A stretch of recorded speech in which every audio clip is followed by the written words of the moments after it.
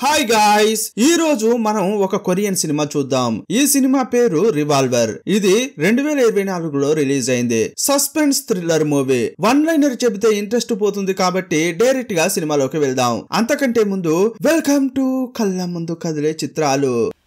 Cinema starting లో 2 ఏళ్లు జైల్లో ఉండి ఇప్పుడు రిలీజ్ అవుతున్న లేడీని చూపించారు. ఈమెనే ఈ సినిమా హీరోయిన్. ఏ కారణంతో జైలుకు వచ్చిందో ఏమో కానీ ఇంతకు ముందు ఈమె పోలీసుగా పనిచేసేది. రిలీజ్ అవుతున్న హీరోయిన్ ను ఎక్కడికి వెళ్ళబోతున్నావమ్మా, నీకు ఫ్యామిలీ ఫ్రెండ్స్ అంటూ ఎవరైనా ఉన్నారా, వారి అడ్రస్ చెప్పు అని వార్డెన్ అడిగాడు. కానీ హీరోయిన్ నోరు తెరవట్లేదు. ఎందుకంటే ఫ్యామిలీ ఫ్రెండ్స్ అంటూ హీరోయిన్ కు ఎవరూ లేరు. నాకెవరూ లేరని చెప్పిన హీరోయిన్ జైలు నుంచి బయటకు వచ్చింది.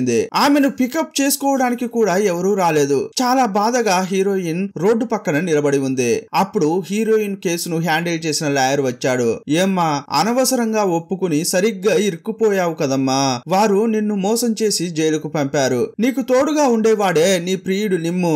వాడు కూడా 2 నెలల క్రితం చనిపోయాడు. ఇప్పుడు ఎవరూ లేని ఒంటరి దానివయ్యావు. దారుణంగా మోసపోయావు కదమ్మా అని అంటున్నాడు. అదే టైంలో ఎర్రగా బుర్రగా ఫోర్షుగా ఉన్న అమ్మాయి కారు దిగి వస్తోంది.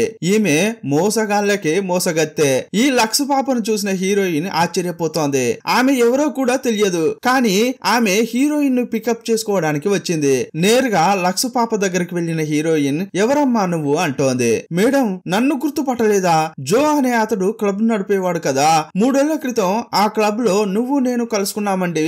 మీరు మర్చిపోయి ఉంటారు. కానీ నేను మాత్రం మిమ్మల్ని పికప్ చేసుకోవడానికే వచ్చా. రండి మేడం వెళ్దాం అంటోంది. లాయర్ తో పాటు వెళ్లే కంటే ఈ అమ్మాయితో వెళ్లడమే మంచిదని హీరోయిన్ కారెక్కింది. వెళ్లేటప్పుడు లక్స్ పాప నోరు ఆడుతూనే ఉంది. అదంతా అటుంచి మొదట నన్ను పికప్ చేసుకోమని ఎవరు చెప్పారో ముందు అది చెప్పు అని అడిగింది. నన్నెవరూ పంపలేదు మేడం, నా అంతటా నేనే మిమ్మల్ని పికప్ చేసుకోవడానికి వచ్చా అని చెప్పింది. ఏమ్మా, నన్ను పికప్ చేసుకోవడానికి నేనేమైనా పబ్లిక్ ఫిగర్ నా? నీ మాటలే నాకు సరిగా అనిపించట్లేదు. మొదట కారు ఆపు అని ఆపగానే దిగి వెళ్లిపోతోంది. సరే మేడం, మీ ఇష్టానికి మీరు దిగి వెళ్లిపోతున్నారు. కానీ మీకు ఈ గిఫ్ట్ ఇవ్వమని ఒకరిచ్చారు, దీన్ని తీసుకుపోండి అని అంది. ఇదిగో చూడమ్మా, రోడ్డు మీద వచ్చిపోయేవారు ఇచ్చే గిఫ్టులు తీసుకోవడానికి నేనేం బిచ్చగత్తెను కాను. నువ్వు వద్దు, నీ గిఫ్ట్ వద్దు, మర్యాదగా దొబ్బే అని హీరోయిన్ చెప్పింది. కానీ ఆమెపై హీరోయిన్ కు అనుమానం కలిగింది. ఎవరో చెప్పడం వల్లే ఆమె నన్ను పికప్ చేసుకోవడానికి వచ్చింది. అదెవరో తెలుసుకోవాలనుకున్న హీరోయిన్ ఆమెను ఫాలో అయింది.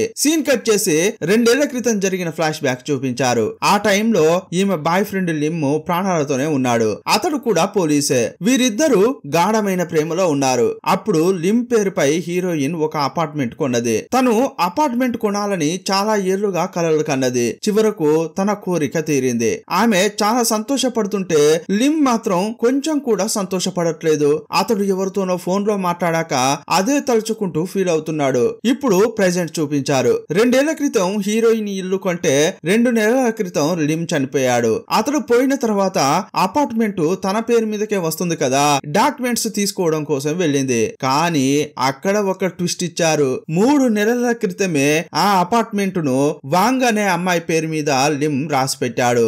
అయ్యయ్యో, నా డబ్బంతా పెట్టి ఇల్లు కొంటే అది ఇంకెవరికో లిమ్ రాసిచ్చాడే అని హీరోయిన్ చాలా బాధపడింది. హీరోయిన్ ఆ అపార్ట్మెంట్ కు వెళ్తే అక్కడ దయ్యాలను వెళ్ళగొట్టే ఫ్యామిలీ ఉంది. వీళ్ళు కొన్ని రోజుల క్రితమే ఆ అపార్ట్మెంట్ కు వచ్చారు. వారికి కూడా వాంగ్ అంటే ఎవరో తెలియట్లేదు. ఆమె ఎవరై ఉంటుందని ఆలోచిస్తుంటే మళ్ళీ ఫ్లాష్ బ్యాక్ చూపించారు. ఇల్లు కొన్న సంతోషంలో హీరోతో హీరోయిన్ కారులో వస్తుంటే ఆ విషయాన్ని సోషల్ మీడియాలో పోస్ట్ చేయాలని ఆమె అనుకుంటోంది. అప్పుడు లిమ్, ఏమ్మా, నీకేమైనా పిచ్చి పట్టుకుందా? నువ్వేమైనా నీ జీతం పెట్టా ఇల్లు కొన్నావు? వాడి దగ్గర లంచం తీసుకున్న డబ్బుతో నువ్వు ఇల్లు కొన్నావు. ఇదేదో నీ కష్టం పెట్టి కొన్నట్లు సోషల్ మీడియాలో పెడతా అని అంటున్నావు. దొరికిపోయావనుకో, ఇక అంతే, నువ్వు అది సోషల్ మీడియాలో పెట్టకు అని చెప్తున్నాడు. అప్పుడు హీరోకు డిపార్ట్మెంట్ లోని ఒక వ్యక్తి నుంచి కాల్ వచ్చింది. అతడు ఏదేదో మాట్లాడి ఇంకా కన్ఫ్యూజ్ చేస్తున్నాడు. హలో సార్, నిన్న జో అనే అతని క్లబ్ లోకి రైడ్ కు వెళ్లారు. అతని ఫోన్ తీసుకుని అతని కాల్ రికార్డ్స్ మొత్తం చెక్ చేశారు. అందులో ఎక్కువగా కాల్స్ అతనికి హీరోయిన్ ఫోన్ నుంచే వచ్చాయి. కానీ అందులో మీ పేరు కనిపించినట్లు మనకేమీ తెలియట్లేదు. అందువల్ల కొంచెం జాగ్రత్తగా ఉండండి అని అతడు చెప్పాడు. అప్పుడు హీరోయిన్ అతన్ని చూస్తూ, రే ఏంట్రా ఏంట్రా ఇది, జో నుంచి నేను మాత్రమే లంచం తీసుకున్నానా ఏంటి, ఎంత మంది తీసుకున్నారు, అంతెందుకు నువ్వు కూడా తీసుకున్నావు, కానీ ఇందులో నా పేరు మాత్రమే వినిపిస్తుందంటే ఏంటర్థం, నన్ను ఏం చేయాలనుకుంటున్నారా అని ఆమె అడుగుతోంది.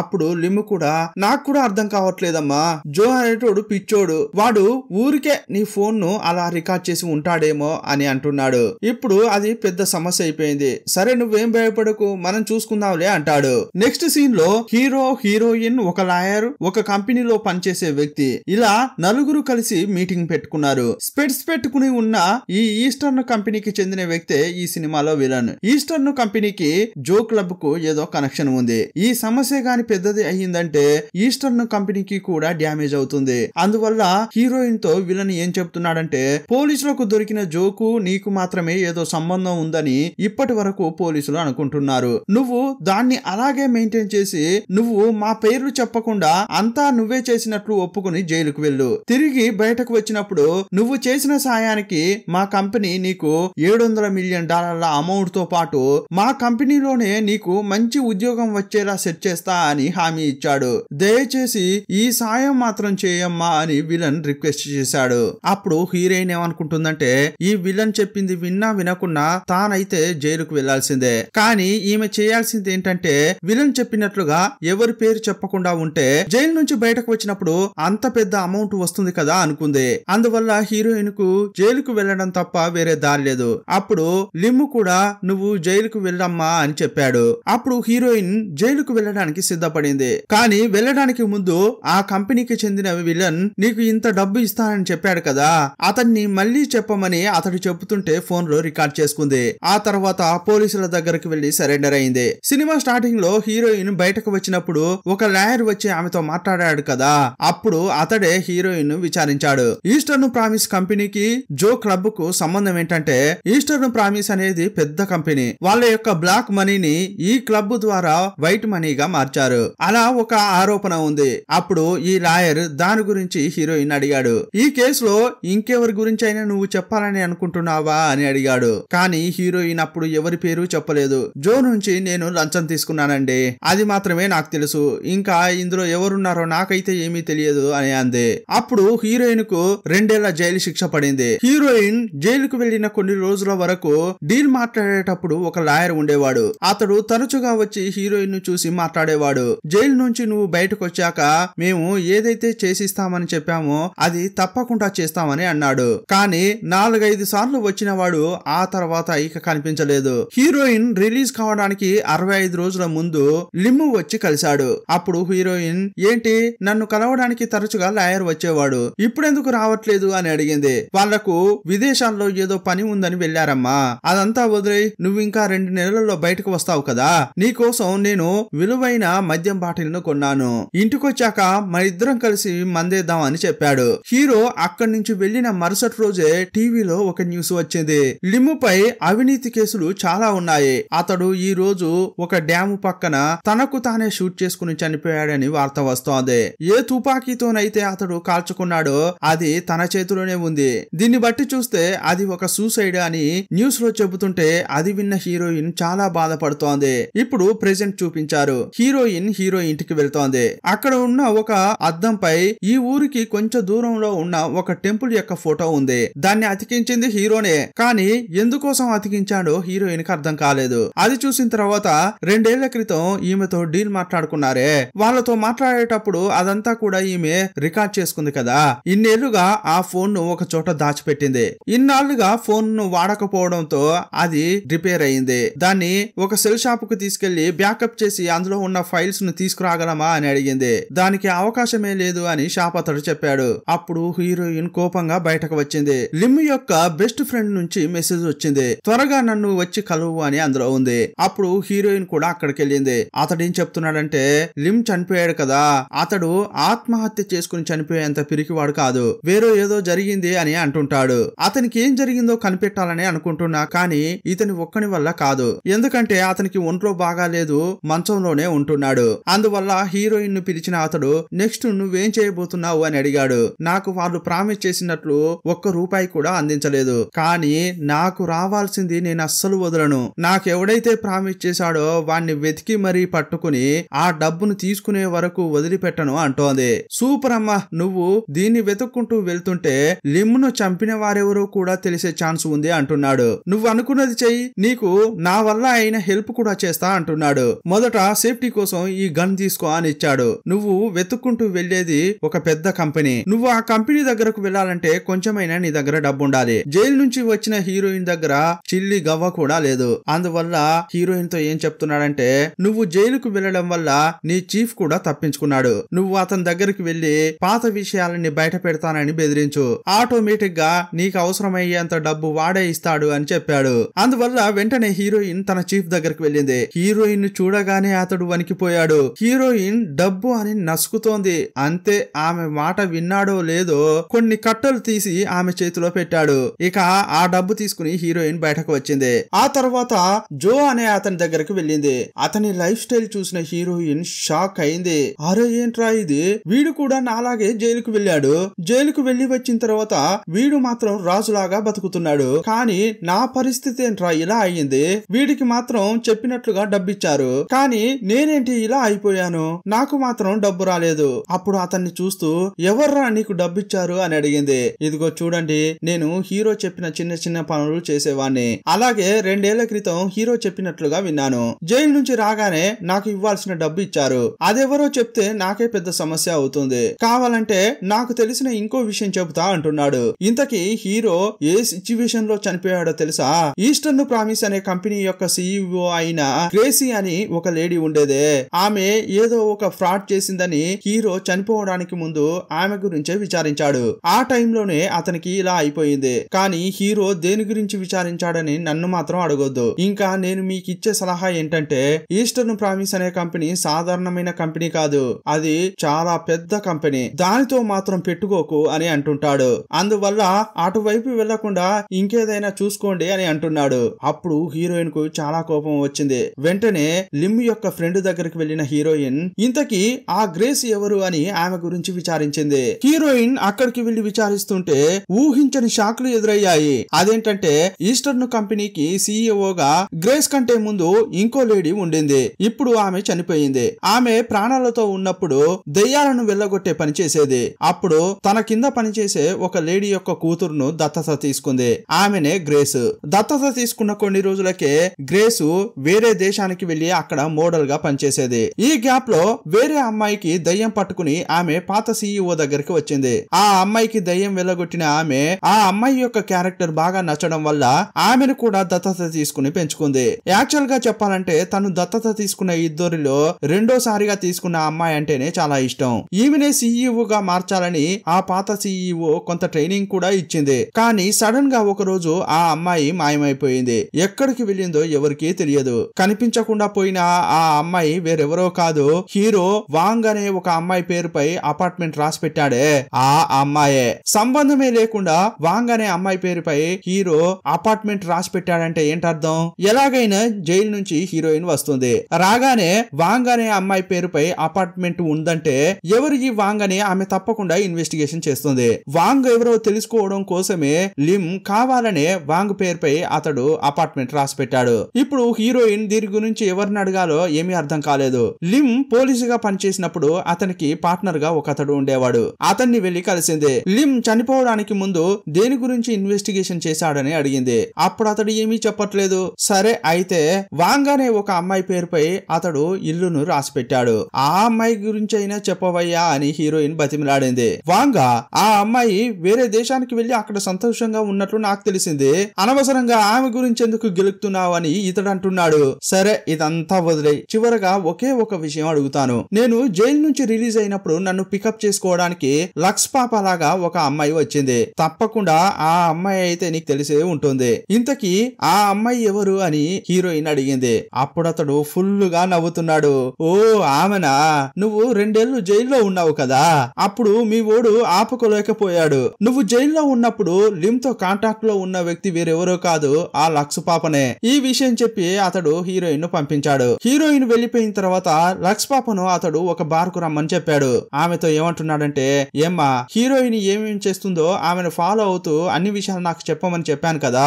ఆమె అటు ఇటు తిరిగి చివరకు నా దగ్గరకే వచ్చింది. ఇంతకీ నువ్వేం చేస్తున్నావే అని అడుగుతున్నాడు. హీరోయిన్ హీరోయిన్ జైలు నుంచి వచ్చిన తర్వాత ఆమెను వాచ్ చేసి ఏమేం చేస్తుందో అన్ని గమనించి నాకు చెప్పమని ఈ పార్ట్నరే చెప్పాడు. అప్పుడు ఆమె ఏమంటుందంటే, ఏం చేసేదండి, నేను ఎంత మోసగత్తెనైనా కూడా నాకు కూడా కొంతమందిని చూస్తే పాపం అని అనిపిస్తుంది. హీరోయిన్ పరిస్థితిని చూడండి, తను గాఢంగా ప్రేమించిన వ్యక్తి చనిపోయాడు. అది చాలదన్నట్లు 2 ఏళ్లు జైల్లో కూడా ఉంది. ఆమెకు రావాల్సిన డబ్బు కూడా రాలేదు. ఇలాంటప్పుడు ఆమెను చూస్తే పాపంగా అనిపించట్లేదా అంటోంది. అప్పుడు ఆ పార్ట్నర్, ఏంటే నీ మాటలే మారిపోయాయి, నీ మాజీ భర్త నా దగ్గర తీసుకున్న అప్పులు మర్చిపోయావా ఏంటి? నువ్వు ఈ పనిని కరెక్ట్ గా చేస్తేనే ఆ అప్పు తీరుతుంది. నువ్వు పాపం పుణ్యాలు చూడకమ్మా. హీరోయిన్ నా దగ్గరికి వచ్చి నీ గురించి కూడా విచారించింది.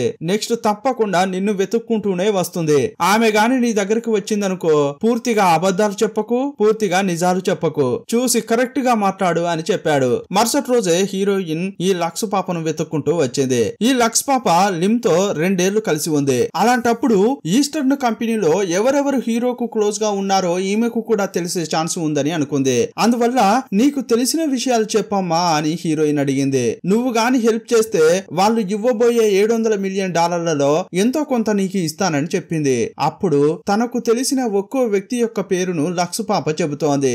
ఆండీ అనే పేరు చెప్పగానే హీరోయిన్ ఆపింది. అతడు ఎలా ఉంటాడు? మనిషి చూడ్డానికి తెల్లగా కళ్ళజోడు పెట్టుకుని ఉంటాడా అని అడిగింది. అవునండి, అతడు అలాగే ఉంటాడని చెప్పగానే, వారే వా, అతడే నాకు ప్రామిస్ చేశాడు. వాడు చెప్పినట్లుగా డబ్బు ఇవ్వకుండా మోసం చేశాడు. వాడున్న చోటు మాత్రం చెప్పు, మిగతాది నేను చూసుకుంటా అని చెప్పింది. వెంటనే విలన్ ఉన్న చోటుకు వెళ్ళింది. కారు లోపలే లక్స్ పాపను ఉంచి హీరోయిన్ మాత్రం లోపలికి వెళ్ళింది. ఈ గ్యాప్ లో పార్ట్నర్ కు కాల్ చేసిన ఈ లక్స్ పాప, ఏమంటే హీరోయిన్ ఏది చేసినా కూడా చెప్పాలని అన్నారు కదా, ఆమె ఇప్పుడు ఆండీని కలవడానికి వెళ్ళిందని చెప్పగానే అతడు అగ్గి మీద గుగ్గిలమయ్యాడు. ఆండీనా? అతని పేరును ఎవరు చెప్పారే అంటుంటే, ఇంకెవరు, నేనే చెప్పా అని గొప్పగా అంటోంది. ఓసే పిచ్చిదానా, ఏదైతే చెప్పకూడదో అదే చెప్పావు కదే అంటున్నాడు. నువ్వైతే రావే, నీకుంది అని అతడు అరుస్తుంటాడు. లోపలికి వెళ్లిన హీరోయిన్ విలన్ ను చూసింది. రే, నీతో గొడవ పడడానికి నేను రాలేదు. 2 ఏళ్ల క్రితం నువ్వే నాకు ప్రామిస్ చేశావు. ప్రామిస్ చేసినట్లుగా డబ్బిచ్చావనుకో, నేను ఎలాంటి గొడవ చేయకుండా మర్యాదగా వెళ్ళిపోతా. నా డబ్బు నాకు ఇవ్వరా అని డీసెంట్ గా అడిగింది. కానీ వాడు మాత్రం హీరోయిన్ చెప్పేది ఎక్కడ వింటున్నాడు. కావాలనే హీరోయిన్ కు భయం కల్పించాలని అనుకున్నాడు. బార్ లో పనిచేసే ఒకరిని పిలిచి పిజ్జా కొట్టుడు కొట్టాడు.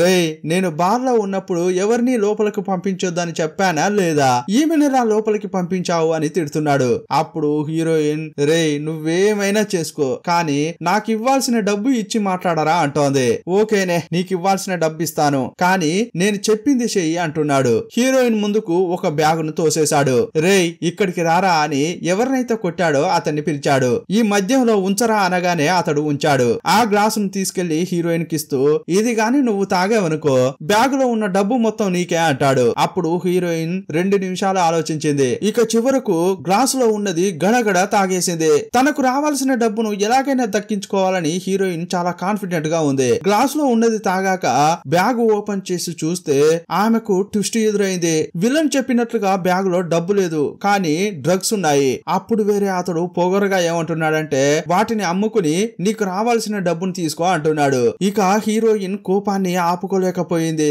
పాకెట్ నుంచి ఒక స్టిక్ తీసి వాణ్ణి పిచ్చ కొట్టుడు కొట్టింది. ఇంకా సేపైతే వాణ్ణి చంపేదే ఏమో, కానీ ఆ లోపలే లక్స్ పాప లోపలికి వచ్చింది. ఏమ్మా, ఏం చేస్తున్నావమ్మా? ఇంత పెద్ద చోటుకు వచ్చి గొడవ చేస్తున్నావా? నిన్నే కాదు, నీతో పాటు ఉన్నందుకు నన్ను కూడా చంపేస్తారమ్మా అని హీరోయిన్ ను తీసుకెళ్తోంది. మరుసటి రోజు హీరోయిన్ చేసిన పనంతా ఈస్టర్న్ కంపెనీ సీఈఓ అయిన గ్రేస్ కు తెలియవచ్చింది. ఒక సాధారణ ఎంప్లాయ్ ను కొట్టిన విషయం పై స్థాయికి ఎలా వెళ్ళిందంటే, విలన్ సాధారణ ఎంప్లాయ్ మాత్రం కాదు, గ్రేస్ యొక్క తమ్ముడని బయట మాట్లాడుకుంటున్నారు. కానీ గ్రేస్ కు విలన్ కు యాక్చువల్ గా సంబంధం ఏంటనేది ఎవరికీ తెలియదు. ఇప్పుడు ఈస్టర్న్ కంపెనీ యొక్క డైరెక్టర్ గ్రేస్ ను కలిశాడు. జరిగిన స్టోరీ అంతా చెప్తున్నాడు. మనం 2 ఏళ్ల క్రితం $700 మిలియన్ ఇస్తామని చెప్పి ఒక అమ్మాయిని జైలుకు పంపించామండి. ఆ కేసులో ఎవరెవరికైతే డబ్బులు ఇస్తామని చెప్పామో అందరికీ ఇచ్చేసాం. హీరోయిన్ కి ఇవ్వాల్సిన డబ్బు కూడా మన అకౌంట్ నుంచి డెబిట్ అయింది. కానీ మధ్యలో ఏం జరిగిందంటే, మీ తమ్ముడున్నాడే, అతడు ఆ డబ్బును హీరోయిన్ కు చేరకుండా అతడు కొట్టేశాడు. క్యాసినోలో ఆ డబ్బంతా పెట్టాడు. తన చేతికి డబ్బు రాలేదన్న కోపంతో ఆ లేడీ వచ్చి మీ తమ్ముడిని బాగా కొట్టింది. ఇందులో ముఖ్యమైన విషయం ఏంటంటే, రీసెంట్ గా ఒకడు చనిపోయాడే, వాడి యొక్క ప్రేయసే ఈ అమ్మాయి. చూస్తుంటే ఈ సమస్య పెద్ద గొడవ అయ్యేలా ఉంది. కానీ భయపడకండి, నేను మధ్యలోకి వెళ్లి ఏదైనా చేస్తానులే అంటున్నాడు. ఇప్పుడు ఆ అపార్ట్మెంట్ వాంగ్ అనే అమ్మాయి పేరు మీద రాస్తే ఆ ఇంట్లో ఇప్పుడు వేరే ఎవరో ఉన్నారు కదా, అది వేరెవరో కాదు, వాంగ్ యొక్క ఫ్రెండే. అక్కడికి వెళ్లిన హీరోయిన్ సడన్ గా మీ ఫ్రెండ్ ఎక్కడికి వెళ్ళిందండి అని అడుగుతోంది. ఆమెకి ఏమైంది అని అంటుంటే ఆ అమ్మాయి వచ్చింది పోలీస్ ఆఫీసర్ అనుకుని మొదట ఏమీ చెప్పలేదు. ఆ తర్వాత హీరోయిన్ తను ఎక్స్ పోలీస్ అని ఇప్పటి వరకు తను పడిన కష్టాల గురించి చెప్పింది. అప్పుడు ఆ ఫ్రెండ్ అయ్యో పాపం అని ఫీల్ అయింది. అందువల్ల తనకు తెలిసిన విషయాలు చెబుతోంది. వాంగ్ కనిపించకుండా పోలేదట, ఏదో ఒక దయ్యాన్ని వెళ్ళగొడతానని చెప్పి లాస్ట్ గా ఆమె ఒక గుడికి వెళ్ళింది. అప్పటి నుంచేని ఆమె కనిపించట్లేదు. ఇంతకీ వాంగ్ ఏ గుడికి వెళ్తానని చెప్పిందో తెలుసా? హీరోయిన్ లో ఒక టెంపుల్ యొక్క ఫోటోను చూసిందే, అక్కడికే వెళ్తున్నానని చెప్పి వాంగ్ వెళ్ళింది. ఈ ఫోటోనే హీరో తన ఇంట్లో అతికించి పెట్టాడంటే ఏంటర్థం? టెంపుల్ కు వెళ్లిన వాంగ్ కు అక్కడ ఏదో జరిగింది. ఇన్నాళ్లుగా ఆమె కనిపించట్లేదంటే ఆమెను ఎవరైనా చంపి ఉంటారేమో అనుకుంది. ఆమె గాని చనిపోయిందంటే ఎవరికి లాభం? ఇక ఈమె లేదంటే ఈస్టర్న్ కంపెనీ యొక్క నెక్స్ట్ సీఈఓ గ్రేసే కదా. అలాగైతే తను సీఈఓ కావాలని మనుషులను పెట్టి వాంగ్ ను చంపించి ఉండాలి. ఇదంతా ఎలాగో హీరో కనిపెట్టాడు. ఒకవేళ నేను లేకున్నా కూడా జైల్లో ఉన్న హీరోయిన్ కు ఈ విషయం తెలియాలని అపార్ట్మెంట్ ను కావాలనే వాంగ్ పేరు మీదకు రాశాడు. ఇంట్లో కూడా వాంగ్ ఎక్కడైతే చంపబడిందో ఆ ఫోటోను కూడా ఇంట్లో అతికించాడు. హీరో ఈ విషయాన్ని కనిపెట్టిన క్రమంలో పై స్థాయిలో ఉన్న వారికి ఈ విషయం తెలిసిపోయింది. అందువల్ల హీరో ఆత్మహత్య చేసుకున్నట్లు నాటకం ఆడి వాళ్ళు హీరోను చంపేశారు. ఈ విషయం అంతా తెలుసుకున్న హీరోయిన్ నెక్స్ట్ ఈస్టర్న్ కంపెనీ యొక్క డైరెక్టర్ ను కలిసింది. తనకు తెలిసిన విషయాలన్నీ అతనికి చెప్పగానే అతడు అదిరిపడ్డాడు. ఏంటమ్మా నా చోటుకు వచ్చి నన్నే బెదిరిస్తున్నావా, ఒళ్ళెలా ఉంది అని అంటుంటే అప్పుడు ఆమె చీచి నేనేం మిమ్మల్ని బెదిరించట్లేదండి, నాకు ఇవ్వాల్సిన డబ్బు ఇవ్వండి, నేను ఇంకా కోరుకునేది ఏమీ లేదు అంటోంది. అప్పుడు అతడు ఇప్పుడు నేనేమీ చేయలేనమ్మా, నీకు రూపాయి 2 రూపాయలా ఇచ్చేది, $700 మిలియన్. ఈ టైంలో కంపెనీ అకౌంట్ నుంచి అంత డబ్బు గాని తీసామనుకో అందరి చూపు మా వైపే తిరుగుతుంది, అది పెద్ద సమస్య అవుతుంది, కొన్నాళ్ళు వెయిట్ చేయి చూద్దాంలే అని అంటున్నాడు. అప్పుడు హీరోయిన్ ఆల్రెడీ 2 సంవత్సరాలు వెయిట్ చేశాను, నా చేతికి డబ్బు రాలేదు, ఇంకొన్నాళ్ళు వెయిట్ చేస్తే మాత్రం డబ్బు ఇస్తారా, ఎలా తీసుకోవాలో నాకు బాగా తెలుసు అని హీరోయిన్ వెళ్ళిపోయింది. ఇకపై హీరోయిన్ ఊరికే ఉండదు, ఏదో ఒకటి చేస్తుందని డైరెక్టర్ కు బాగా తెలుసు. అందువల్ల హీరోయిన్ ఏం చేయబోతుందో తెలుసుకోవాలనుకున్న ఆ డైరెక్టర్ జోను లక్స్ పాపను తన దగ్గరకు రప్పించుకున్నాడు. జోను చూస్తూ 2 ఏళ్ల క్రితం నుంచి నువ్వు క్లబ్ ను నడిపించకుండా ఊరికే ఉన్నావు కదా, నేను మళ్ళీ నీకు ఒక క్లబ్ పెట్టిస్తాను, దానికి బదులుగా మీరేం చేయాలంటే హీరోయిన్ ను ఫాలో అవుతూ ఆమె ఎక్కడికి వెళ్తోంది, ఏం చేస్తోంది, తన నెక్స్ట్ టార్గెట్ ఏంటి అనే విషయాలు నాకు చెప్పాలి అంటుంటాడు. ఆల్రెడీ హీరోయిన్ ఈ లక్స్ పాప మాట్లాడుకుని ఫ్రెండ్స్ అయ్యారు కదా. అప్పుడు ఆమె ఆ రోజు రాత్రే హీరోయిన్ దగ్గరికి వెళ్లి ఆమె నెక్స్ట్ మూమెంట్ ఏంటో తెలుసుకోవాలనుకుంది. హీరోయిన్ ఇంటికి ఒక మద్యం బాటిల్ తీసుకుని వెళ్ళింది. హీరోయిన్ జైల్లో ఉన్నప్పుడు లిమ్ ఆమెను మీట్ అయ్యి ఏం చెప్పాడు, నీ కోసం ఒక విలువైన మద్యం బాటిల్ కొన్నాను, నువ్వు బయటకు వచ్చిన తర్వాత మన ఇద్దరం తాగుదామని చెప్పాడు కదా.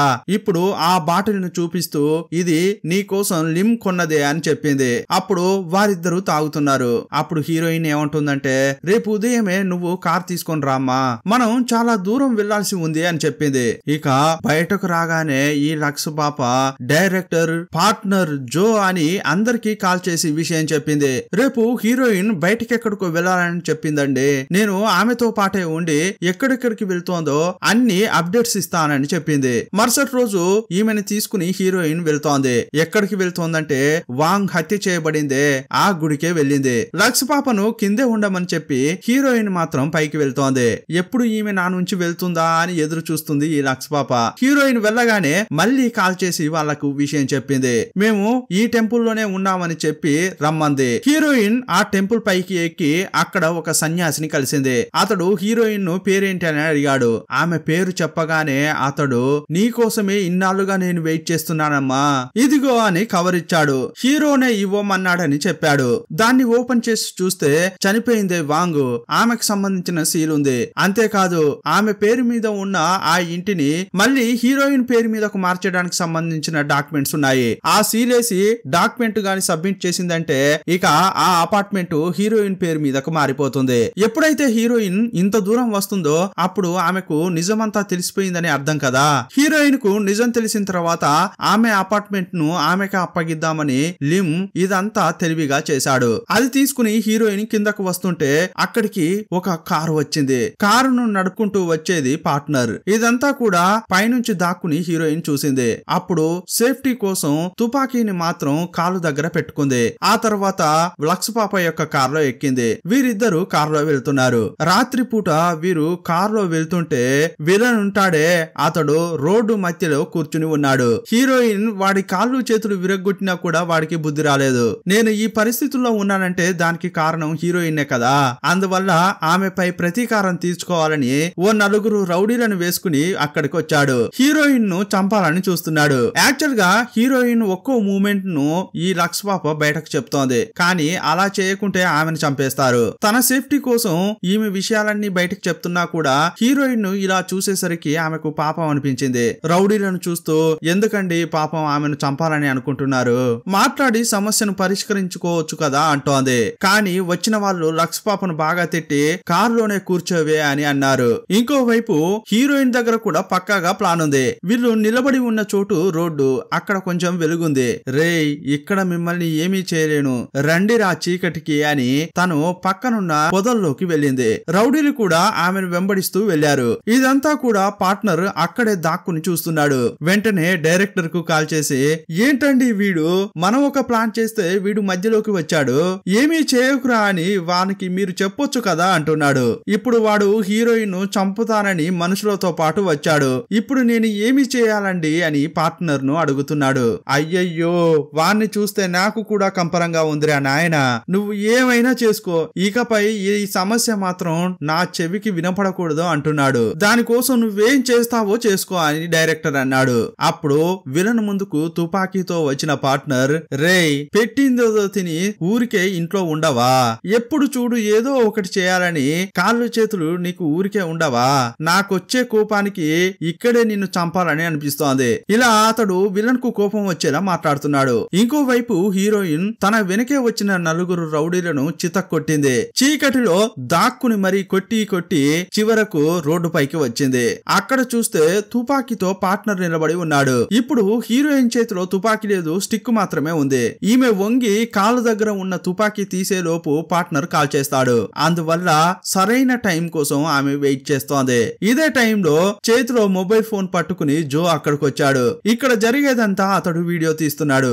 అప్పుడు పార్ట్నర్ కు కోపం వచ్చి జో చేతిలో ఉన్న మొబైల్ ఫోన్ ను షూట్ చేశాడు. ఇదే కరెక్ట్ టైం రా అని హీరోయిన్ విలన్ యొక్క చేరు వెనక దాక్కుంది. పార్ట్నర్ చూడని సమయంలో తన కాలు దగ్గర ఉన్న తుపాకీని తీసింది. ఆ విషయం పార్ట్నర్ గుర్తించలేదు. హీరోయిన్ చేతిలో ఏమీ లేదన్న ధీమాతో దగ్గరకు వస్తున్నాడు.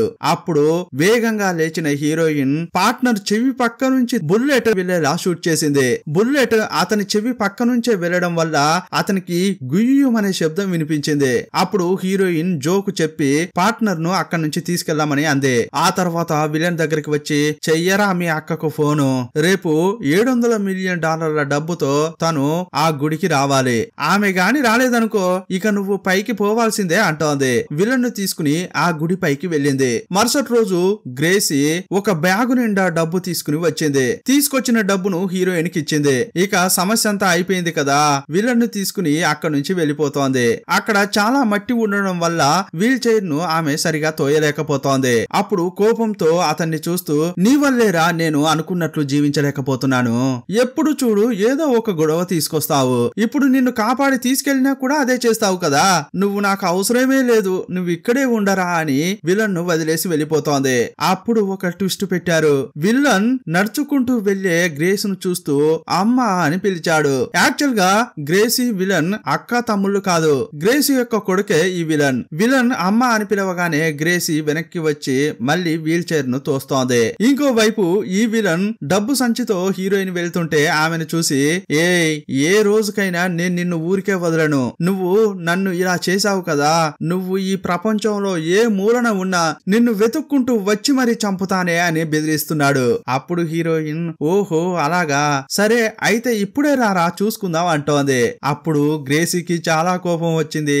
రేయ్ ఇప్పుడే కదరా చెప్పాను, కొంచెం సేపైనా ఊరికే ఉండవారా అంటోంది. ఎందుకురా మళ్ళీ మళ్ళీ ఒకేలాగా ప్రవర్తిస్తున్నావు, నీ వల్ల నాకు ఇబ్బందులే తప్ప ఒక్కటైనా సంతోషం ఉందారా అని తిడుతోంది. ఆ తర్వాత హీరోయిన్ ను చూస్తూ ఇదిగో చూడమ్మా, వాడికి దెబ్బలు తగిలాయన్న కోపంలో ఏదో వాగాడు. ఇకపై వాడు నీ లైన్ లోకి అస్సలు రానే రాడు. నీకు రావాల్సిన డబ్బు వచ్చింది కదా, ఇక నువ్వు మమ్మల్ని మర్చిపో, మేము నిన్ను మర్చిపోతామని ఆ గ్రేస్ అంటోంది. అప్పుడు హీరోయిన్ ఆ డబ్బు సంచితో కిందకి దిగింది. బీచ్ పక్కన ఫిష్ స్టాల్ ఉంది. చాలా పోరాటం చేసి హీరోయిన్ ఈ డబ్బు దక్కించుకుంది. కానీ స్టాల్ దగ్గరికి వెళ్లిన హీరోయిన్ బ్యాగులో నుంచి ఒక నోట్ల కట్ట తీసి తీసుకోమ్మా అని స్టాల్ దగ్గర ఉన్న లేడీకి ఇస్తోంది. యాక్చువల్ గా ఇంతసేపు పోరాడింది డబ్బు కోసం కాదు, తనకు చేరాల్సినది తను సాధించాలన్న ఉద్దేశంతోనే హీరోయిన్ ఇదంతా చేసింది. డబ్బు అనేది పెద్ద మ్యాటర్ కాదని చెప్పకనే చెప్పింది. ఆ ఉద్దేశంతోనే తను నోట్ల కట్ట తీసి పేదరికంలో స్టాల్ నడుపుతున్న లేడీకి ఇచ్చింది. కానీ